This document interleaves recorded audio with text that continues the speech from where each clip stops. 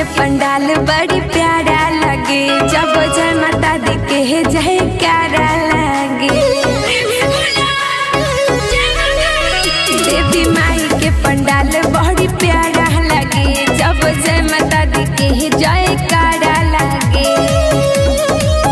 जे भी आवे शरण में दुखो कर भगत बा। भगतन के भीड़ भारी लागत बा, चकोसन के मेला में सबके स्वागत बा। भगतन के भीड़ भारी लागत बा, सच्चा दरबार में सबके स्वागत बा। हेलो, जितने भी माँ के दरबार में दूर दूर से श्रद्धालु भक्त आए हुए हैं, उनसे मेरा नम्र निवेदन है कि कृपया प्रसाद लेकर ही जाएं। और कहते हैं माता के दरबार में जब आते हैं, माता के दरबार में जब आते हैं, सारे अरमा पूरे हो जाते हैं। झोली फैलाकर तो देख, माँ के दरबार में खाली झोली भर जाते हैं।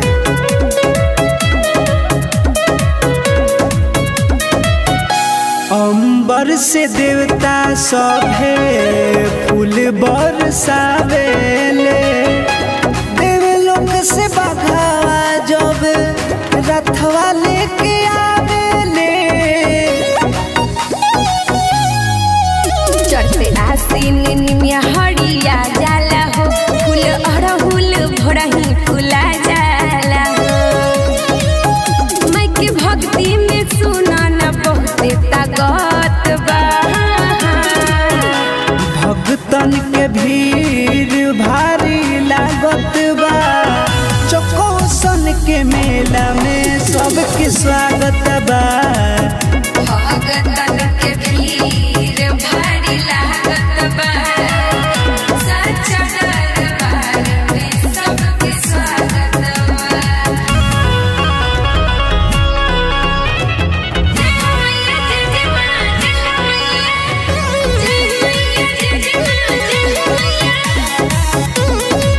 जितने भी माँ के सच्चे भक्त हैं, कृपया दोनों हाथ उठाकर मेरे साथ एक बार माता रानी का जयकारा लगाएंगे।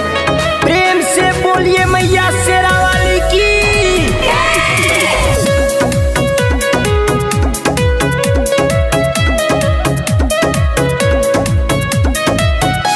दूर दूर से सभे करे अइले दर्शनावा, केहू मांगे अन धन गोदी में ललालावा।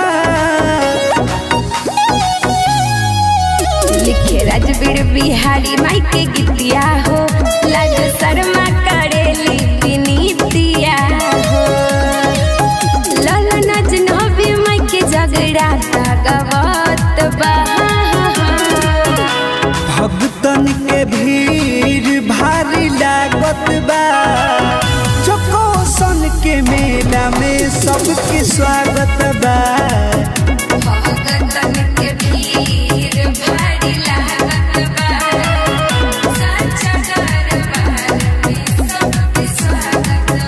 भगतन के भीड़ भारी लागत बा, सच्चा दरबार में सबके स्वागत बा। RL Recording Studio, Chakausa।